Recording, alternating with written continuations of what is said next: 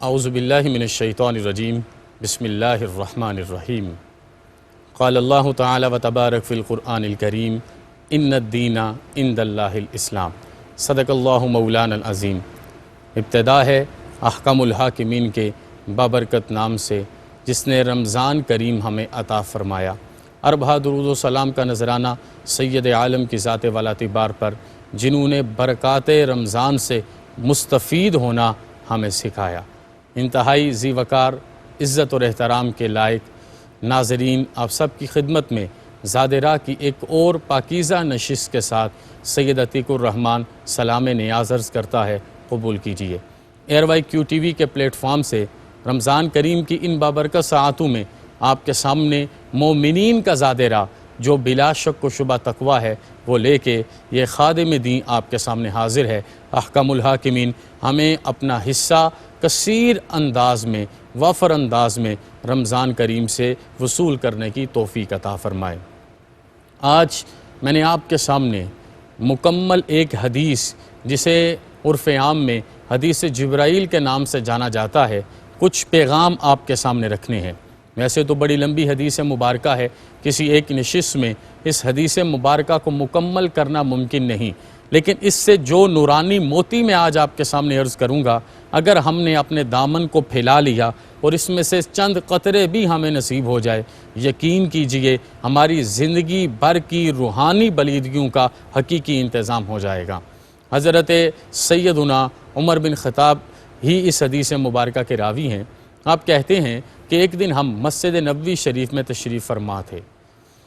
سید عالم صلی اللہ علیہ وآلہ وصحبہ وسلم اور آپ کے تمام جید عزت مآب صحابہ کرام ایک مجلس لگائے بیٹھے تھے۔ اتنی دیر میں ایک شخص وہاں پر حاضر ہوا۔ اس نے سفید لباس پہنا ہوا تھا، بال اس کے انتہائی گھنے اور سیاہ تھے، اس کے چہرے پر سفر کے آثار نمایاں نظر آ رہے تھے۔ وہ شخص جب دو جہاں کے والی کی خدمت میں حاضر ہوا تو بڑے ادب اور احترام کے ساتھ بیٹھ گیا۔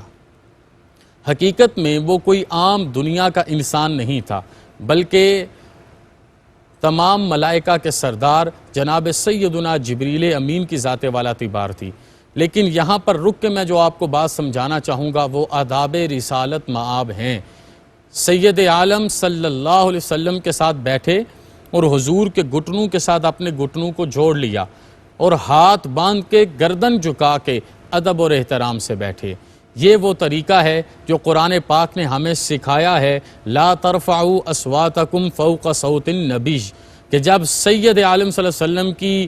مبارک ذات کے سامنے حاضر ہونا ہے تو شوق و نیاز و عجز کے سانچے میں ڈھل کے آنا ہے، پلکوں سے چل کے آنا ہے، اپنے آپ کو باادب اور بامراد رکھنا ہے، اور اس طریقے کے ساتھ آپ کی خدمت میں حاضر ہونا ہے کہ نیاز مندانہ ایک غلام کی طرح آپ اظہار کر سکیں۔ تو انہوں نے حضور سید عالم صلی اللہ علیہ وسلم سے ہمیں سکھانے کے لیے، وہ بھی جانتے تھے اور میرے آقا بھی جانتے تھے، انہوں نے چند ایک سوال کیے، جن میں سے 3 سوال آج اس حدیث مبارکہ سے، آج کی اس مجلس اور اس وقت کی ضرورت کو محسوس کرتے ہوئے میں آپ کی خدمت میں لے کے آیا ہوں۔ آپ نے سب سے پہلے عرض کی، وقال یا محمد اخبرنی عن الاسلام،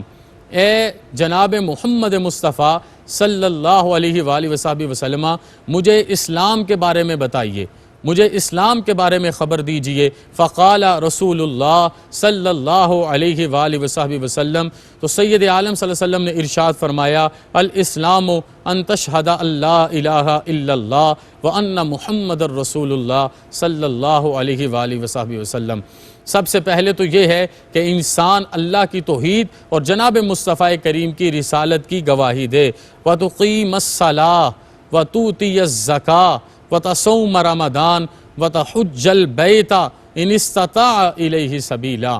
پھر اس کے بعد نماز قائم کرے، پھر اس کے بعد زکوٰۃ ادا کرے، پھر اس کے بعد رمضان کے روزے رکھے، اور پھر اس کے بعد اللہ کے گھر کا حج کرے اگر وہ استطاعت رکھتا ہے۔ مطلب یہ کہ ان تمام امور شریعہ کو جو ہمارے اوپر فرض کیے گئے کوئی بندہ ادا کر رہا ہے تو وہ مسلم ہے، اس کا اسلام اس کے سینے میں نور بن کے چمک رہا ہے اور اس کی روح میں موجود ہے۔ تو انہوں نے اس سے بھی ایک سٹیپ اوپر کا سوال کیا، اور یہ میں آج آپ کے سامنے اسپیشلی رکھنا چاہوں گا کہ آج کے زمانے میں اگر ہم نے آگے بڑھنا ہے، سفر کرنا ہے، تو ہمیں دوسرے اگلے درجے پر بھی جانا ہے۔ انہوں نے کہا اسلام کا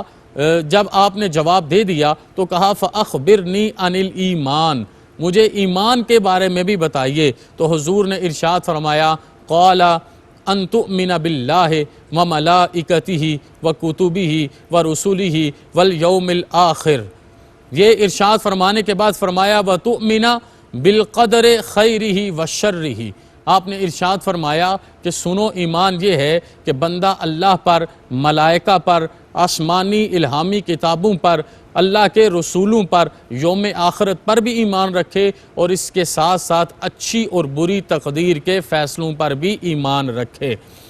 یعنی کہ سب سے پہلے اللہ کی توحید کا اقرار کرے، اور توحید کے اقرار کرنے کے ساتھ ساتھ وہ اللہ کی مخلوق جو ما فوق العقل ہیں اور جن کی ہمیں کوئی سمجھ نہیں ہے، ان نورانی فرشتوں کا بھی اقرار کرے، اللہ نے جو الہامی کتابیں اتاری ان کا بھی اقرار کرے، تورات کو بھی مانتا ہو، زبور کو بھی مانتا ہو، انجیل کو بھی مانتا ہو، اور سب سے آخر میں بلا شک و شبہ جس کتاب میں کوئی کسی قسم کا شک نہیں ہے، جو لا ریب ہے، اس قرآن حکیم کو بھی مانتا ہو۔ پھر اس کے بعد یوم آخرت پر بھی اس کا ایمان ہو، اسے یہ پتا ہو کہ احکم الحاکمین نے ارشاد فرما دیا ہے، تو وہ یوم آخرت قائم ہونا ہے جس کے بارے میں قرآن پاک میں فرمایا گیا اذا الشمس کورت وَإِذَا النُّجُومُ انْكَدَرَتْ وَإِذَا الْجِبَالُ سُجِّرَتْ وَإِذَا الْعِشَارُ عُطِّلَتْ وَإِذَا الْوُحُوشُ حُشِرَتْ وَإِذَا الْبِحَارُ سُجِّرَتْ وَإِذَا النُّفُوسُ زُوِّجَتْ وَإِذَا الْمَوْءُودَةُ سُئِلَتْ، یہ وقت آئے گا اذا السَّمَاءُ انفطرت وَإِذَا الْكَوَاكِبُ انتثرت، یہ جو آسمان پر چمکنے والا ہمیں سورج نظر آتا ہے یہ اس دن موجود نہیں ہوگا، یہ جو چاند نظر آتا ہے یہ ٹوٹ کے ٹکڑوں میں تقسیم ہو چکا ہوگا، یہ کوئی قصہ کہانی نہیں ہے، بلکہ اس کا زندگی میں ہی ایمان ہے کہ ایک دن آسمان پھٹ جائے گا، اور سارے معاملات ہونے کے بعد رب بڑی محبت سے پوچھے گا یا ایھا الانسان ما غرک بربک الکریم، اے بندے وہ کون سی چیز تھی جس نے تجھے تیرے رب کریم سے غافل رکھا، حالانکہ کرامن کاتبین موجود تھے، یعلمون ما تفعلون، جو آپ کرتے تھے وہ انہیں پتا تھا۔ تو وہ جو پورا نظم اللہ پاک نے یوم آخرت کا چلانا ہے، قیامت کے دن کا چلانا ہے، اس پورے نظم کو وہ جانتا ہو، اور اس کا اس چیز پر اقرار ہو کہ ہزارہا گناہوں کے باوجود اگر ہمارے پہ کرم کیا جائے گا تو دو جہاں کے والی کی رحمتوں سے کرم کیا جائے گا، اور ہر امتی کی زبان ناز پر ہوگا سر حشر نعرہ امتی حسنت جمیع خصال ہی، با خدا ہے عشق محمدی، میرا ذکر فکر ہے بس یہی، صلو علیہ وآلہ، حضور تشریف لائیں گے اور مقام محمود پہ سجدہ فرمائیں گے۔ اس کے ساتھ ساتھ اسے اپنی تقدیر کو بھی اپنی زندگی میں شامل رکھنا ہے، اور اس کا ایمان ہونا چاہیے کہ اچھی اور بری تقدیر کا معاملہ احکم الحاکمین کے دست قدرت سے ہے۔ لیکن جس طرح جناب سیدنا صدیق اکبر نے یہ سوال کیا تھا دو جہاں کے والی سے کہ حضور اگر میں شقی ہوں تو سعید کیسے ہو سکتا ہوں، تو وہ رب کریم جو انسان کی تخلیق ایک قطرے سے فرماتا ہے، وہ آپ کو شقاوت سے سعادت بھی عطا فرما سکتا ہے، اور کرم فرماتا ہے، اور عطا بھی فرمائی جاتی ہے اگر آپ کی آنکھوں سے نکلنے والے آنسو صرف اس کی رضا کے لیے ہوں، اور آپ اپنی زندگی کے تمام معاملات میں جو 50% آپ کو اختیار ملا ہے مولا کائنات کے قول کے مطابق، اس پر عمل کرتے ہوئے اللہ کی رضاؤں کو پہچاننے والے، جاننے والے، اور قرب و جوار کو رحمتوں سے بھرنے والے ہوں۔ تو مطلب یہ کہ میرے نبی نے ارشاد فرمایا کہ اسلام میں یہ چیزیں ہیں، اور جب بندہ یہ ساری چیزیں کر لے، اور جب میں دیکھتا ہوں نماز ہے، روزہ ہے، زکوٰۃ ہے، حج ہے، یہ ظاہری اعمال نظر آتے ہیں، یہ ظاہری نیکیاں نظر آتی ہیں، لیکن ایمان کیونکہ اندر کی بات ہے، اور اسلام بھی اندر کی بات ہے، لیکن اس میں اعمال ظاہریہ ہیں اور اس میں اعمال باطنیہ ہیں، کہ اندر سے اللہ پر ایمان ہو، اندر سے اللہ کے رسولوں پر ایمان ہو، اندر سے کتابوں پر ایمان ہو، اندر سے فرشتوں پر ایمان ہو، اندر سے یوم آخرت کے جزا اور سزا پر ایمان ہو، اور اندر سے اچھی اور بری تقدیر پر ایمان ہو۔ میں کہتا ہوں کہ کس طرح ہم اللہ کا شکر ادا کریں کہ کبھی ہمیں وہ لیلۃ المعراج عطا فرمائے، کبھی ہمیں شب برات عطا فرمائے، کبھی ہمیں رمضان کریم میں پہلا عشرہ دے تو کبھی تاک راتوں میں برکتیں دے، کبھی لیلۃ القدر عطا فرمائے، اور جو چیزیں ہم نہیں پوچھ سکتے تھے، نہیں جان سکتے تھے، وہ جبریل امین کو بارگاہ حبیب داور میں بھیج دے، اور جبریل امین سا نہ آسمان پہ کوئی ہے اور رسول اکرم سا آسمان اور زمین پہ کوئی نہیں، تو مخلوق میں سے جو سب سے بہترین ہے وہ انبیاء کا جو سردار ہے اس سے آ کے سوال کرے اور آپ ان سوالوں کے جواب دیں، اور قیامت کے لیے میرے اور آپ کے لیے توشہ آخرت بننے کے قابل ہو جائیں۔ اس سے آگے جو ارشاد فرمایا یہ مجھے اور آپ کو سمجھنا ہے۔ اسلام کا سوال ہوا، ایمان کا سوال ہوا، تو فرمایا فَأَخْبِرْنِي عَنِ الْإِحْسَانِ، یہ وہ چیز ہے جو مفقود ہو چکی ہے، جو آج معاشرے میں موجود نہیں ہے۔ کہا حضور احسان کیا ہے؟ احسان کے بارے میں تو خبر دیجئے۔ آج ہم چاہتے ہیں احسان ہو، احسار ہو، عدل ہو، انصاف ہو یا اعلیٰ اخلاق ہوں، ہم دو طرفہ ٹریفک کے ساتھ چلیں۔ میرے مرشد کریم ضیاء الامت پیر محمد کرم شاہ اپنی کلاس میں ارشاد فرماتے تھے کہ بیٹے احسان یہ ہے کہ اگلا شخص آپ کے ساتھ جو مرضی کرتا چلا جائے، آپ اس کے ساتھ اعلیٰ اخلاق کے ساتھ ہر وقت پیش آتے چلے جاؤ۔ تو اس طریقے سے آپ نے اپنی زندگی کو گزارنا ہے۔ لیکن میرے کریم آقا نے جو جملہ ارشاد فرمایا، میں جب بھی اس جملے کو پڑھتا ہوں جی چاہتا ہے کہ تمام لوگوں کو تحفتاً یہ جملہ عطا کروں۔ تو آج آپ کی خدمت میں بھی حضور کا یہ قول میں پیش کرنے کی سعادت حاصل کر رہا ہوں۔ آپ نے ارشاد فرمایا قال ان تعبد اللہ کأنک تراہ، لیکن آگے کیا ارشاد فرمایا فإن لم تکن تراہ فإنہ یراک،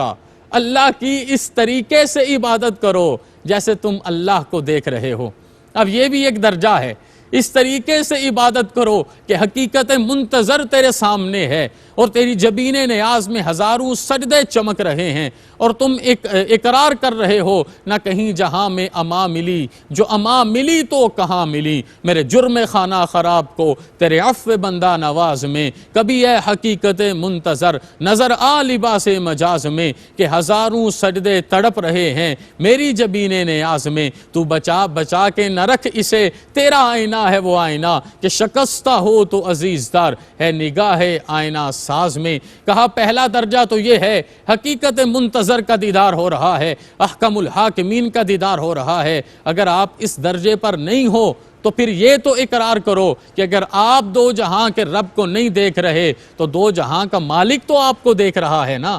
تو مجھے یہاں پر ایک صوفی کا ایک جملہ یاد آیا، وہ جملہ میری لذت کو اور بڑھا دیتا ہے، اور اس نے کہا تھا تمہیں اس بات سے ڈر لگتا ہے کہ تمہیں خدا دیکھ رہا ہے۔ یہ ذرا دل سے سنیے گا، تمہیں اس بات سے ڈر لگتا ہے کہ تمہیں خدا دیکھ رہا ہے، میری تو یہ لطف اور چاشنی کی انتہا ہے کہ وہ مجھے دیکھ رہا ہے۔